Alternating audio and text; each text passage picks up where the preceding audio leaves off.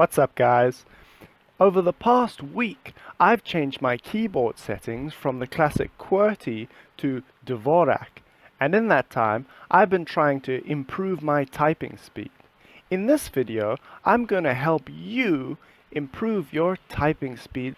For those of you who don't know, the Dvorak keyboard, or as I like to call the Dovahkiin, was invented by Mr. Dragonborn himself in order to make typing a lot faster.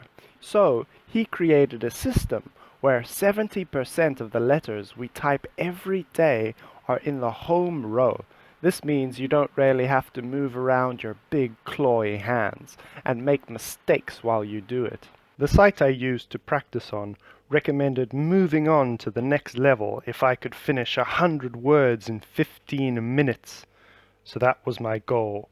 Get through each level in 15 minutes and then do the speed test. That's right. This just turned into a speed run. As my average typing speed is embarrassingly low, anything would be an improvement. This was my attempt at Dovahkiin. I started off with the first 2 levels to complete the home row, and then, by day 2, began on the harder stuff, leaving me with a 34-minute monstrosity of a time. Just look how these onions made me cry.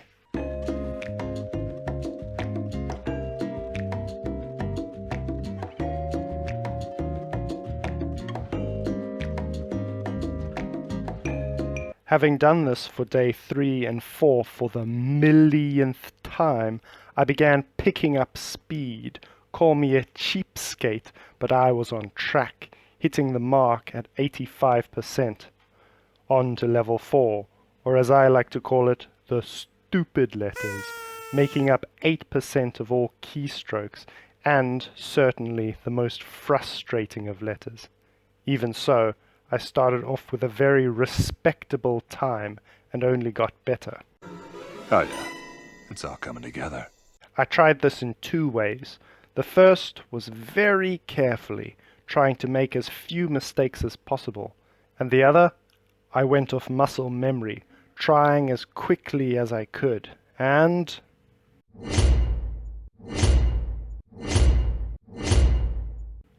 close enough.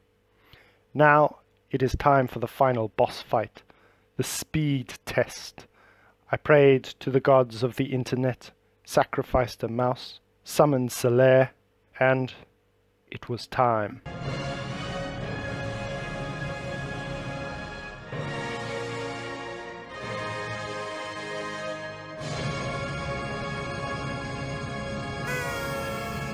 To be fair, this was only a week's work of practice. And in later studies it was found that Mr. Dragonborn's style could match the speed of QWERTY in about 100 hours. Now, that's a big setback, of course, for time, but here are some reasons that I would use it. Firstly, as I said in the beginning, 70% of strokes are on the home row. So, it's a lot easier. You don't have to move around, and that actually reduces repetitive strain injury. Also, it comes in a lot of different forms. I've even seen Apple use it before. You could get, for the UK layout, Danish, French, left hand, right hand, and even RBG. Now, the reasons I wouldn't use it. Firstly, it takes a lot of time, and the special characters that you don't use, or even unfamiliar letters, are really difficult to find when you actually need them. Another reason is if you work in IT, for example, you'd have to go between different monitors and different keyboards and use a different style wherever you go. But for me, the thing that separates QWERTY and Dovahkiin from anything else is the shortcuts. And for QWERTY, most of the shortcuts can be done with one hand, but Dovahkiin, you've got to two-hand the stuff. Now, despite this, And because I'm a bit of a sadist, I decided to keep using Dovahkiin for another week to find out what would happen. And the results speak for themselves on this one.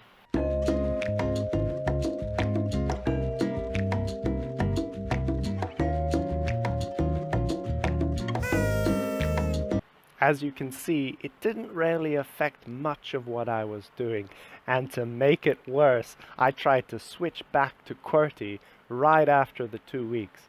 And, well, to sum up, if you have repetitive strain injury, or you'd like to just show off to your friends, go for it.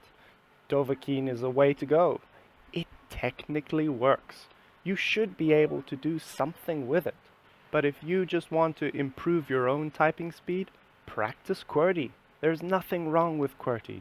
Just keep going at it. For me, the shortcuts are the biggest thing. I just can't give those up.